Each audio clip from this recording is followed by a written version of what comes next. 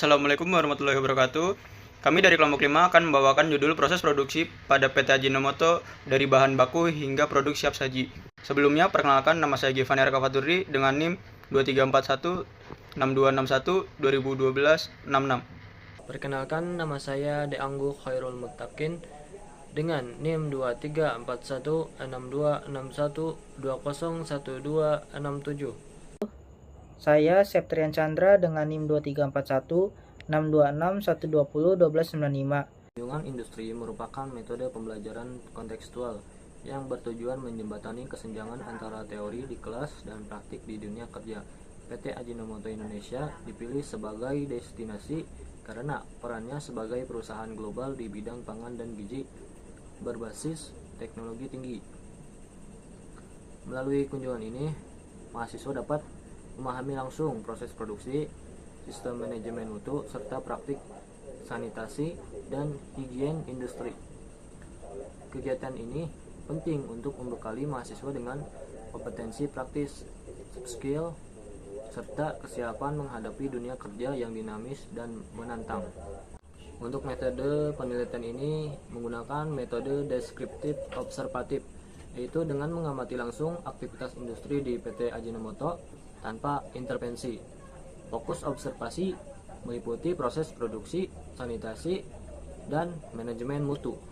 Data dikumpulkan melalui pengamatan, pencatatan lapangan, dan wawancara informal. Metode ini dinilai efektif untuk menggambarkan kondisi nyata di lapangan. PT Ajinomoto Indonesia yang dikenal sebagai pelopor produksi monosodium glutamat disingkat MSG.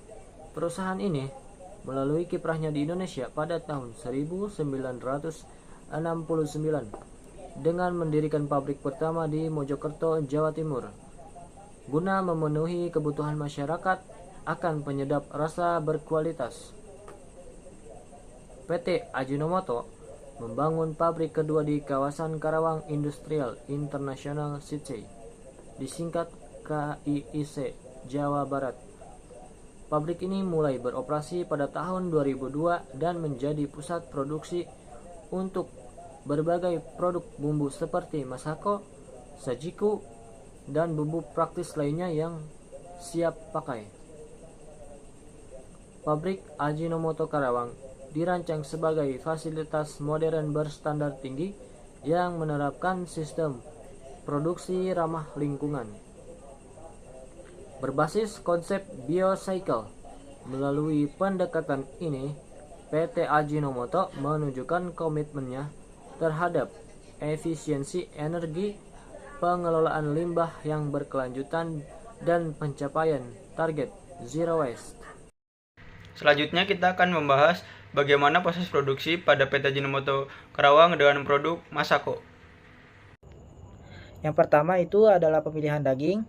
Langkah awal produksi masako dimulai dari pemilihan bahan baku utama berupa daging ayam ras pedaging dan sapi Holstein. Nah, kenapa sih PT Ajinomoto ini mengambil kedua jenis daging tersebut? Karena dikenal memiliki kualitas tinggi dan memenuhi standar keamanan pangan. Masako sangat memperhatikan sumber dagingnya yang harus berasal dari rumah potong hewan atau bisa disebut juga dengan RPH, bersertifikat halal oleh MUI guna menjamin kehalalan produk hingga ke konsumen akhir. Daging yang diproses harus berasal dari hewan yang sehat, terbebas dari penyakit, dan dipotong serta ditangani secara higienis. Selain itu, hanya pemasok resmi yang diawasi ketat yang diizinkan untuk menyuplai daging ke pabrik. Proses ini memastikan bahwa daging yang diterima adalah segar dan langsung diproses untuk menjaga mutu serta kesegarannya. Nah, setelah pemilihan daging, selanjutnya dilakukan pengolahan rempah-rempah. Untuk menghasilkan cita rasa yang khas, masako juga sangat selektif dalam memilih rempah-rempah. Rempah yang digunakan adalah hasil selektif manual agar hanya rempah terbaik yang digunakan. Seluruh rempah kemudian dicuci secara menyeluruh untuk menghilangkan kotoran dan debu pada si rempah-rempah tersebut. Setelah itu dilakukan proses pengeringan untuk menurunkan kadar air yang bertujuan agar rempah tahan lama dan tetap higienis selama proses produksi. Nah, selanjutnya itu ekstrak daging ayam. Ekstrak daging ayam ini adalah bahan utama yang menentukan kelezatan dari masako.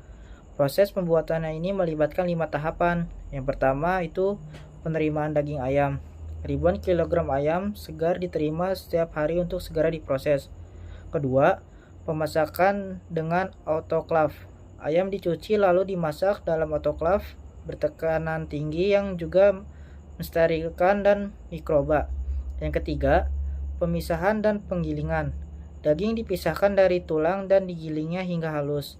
Yang keempat, pemasakan dan pencampuran. Daging giling kemudian dicampur dengan bumbu hingga menjadi kaldu pekat.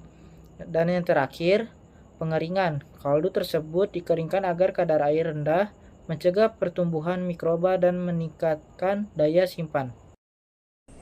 Ekstrak daging sapi. Tidak hanya ayam, Masako juga menggunakan ekstrak daging sapi yang melalui proses serupa namun disesuaikan dengan karakteristik daging sapi.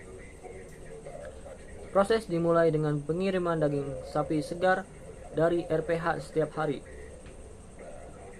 Daging kemudian dicuci secara otomatis untuk memastikan kebersihan, terutama dalam menghilangkan sisa darah dan kotoran.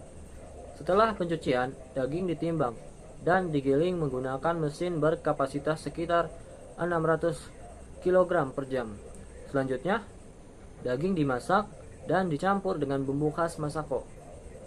Setelah proses pencampuran, dilakukan pengeringan untuk menjaga stabilitas produk. Kemudian melalui tahap pengayakan guna menghasilkan ekstrak dengan ukuran partikel yang seragam. Tahapan produksi pada Masako. Tahapan ini merupakan proses akhir sebelum Masako diedarkan. Disinilah ekstrak daging, rempah, dan bahan tambahan lainnya dicampurkan menjadi satu oleh mesin untuk menciptakan konsistensi rasa. Langkah-langkahnya meliputi penerimaan semua bahan baku yang diperlukan dan penyesuaian formula agar tercipta rasa khas dari Masako itu sendiri. Pencampuran otomatis oleh mesin untuk meningkatkan konsistensi rasa dan menjaga hal tersebut. Lalu ada pemeriksaan kualitas originalitas sebelum dikemas.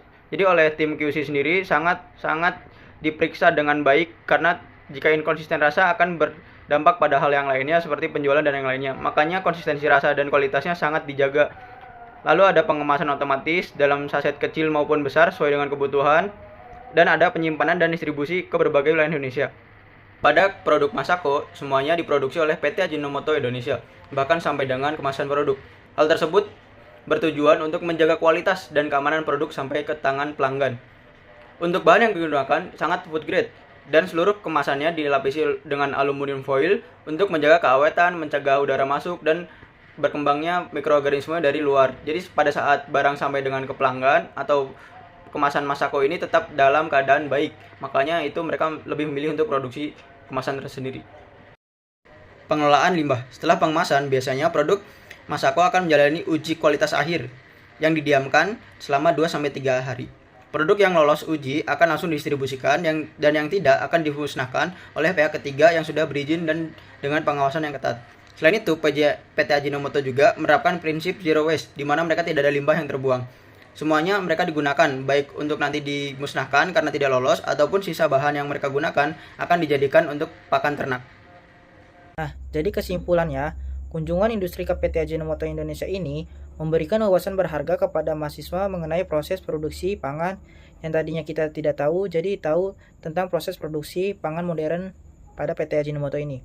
Kita sebagai mahasiswa memahami bahwa produksi Masako dilakukan dengan standar mutu, sanitasi, dan pengemasan food grade. Selain menekankan kualitas, PT Ajinomoto juga menerapkan konsep keberlanjutan melalui sistem use cycle dan prinsip zero waste. Sekian dari kelompok kami, kurang lebihnya mohon dimaafkan. Wassalamualaikum warahmatullahi wabarakatuh.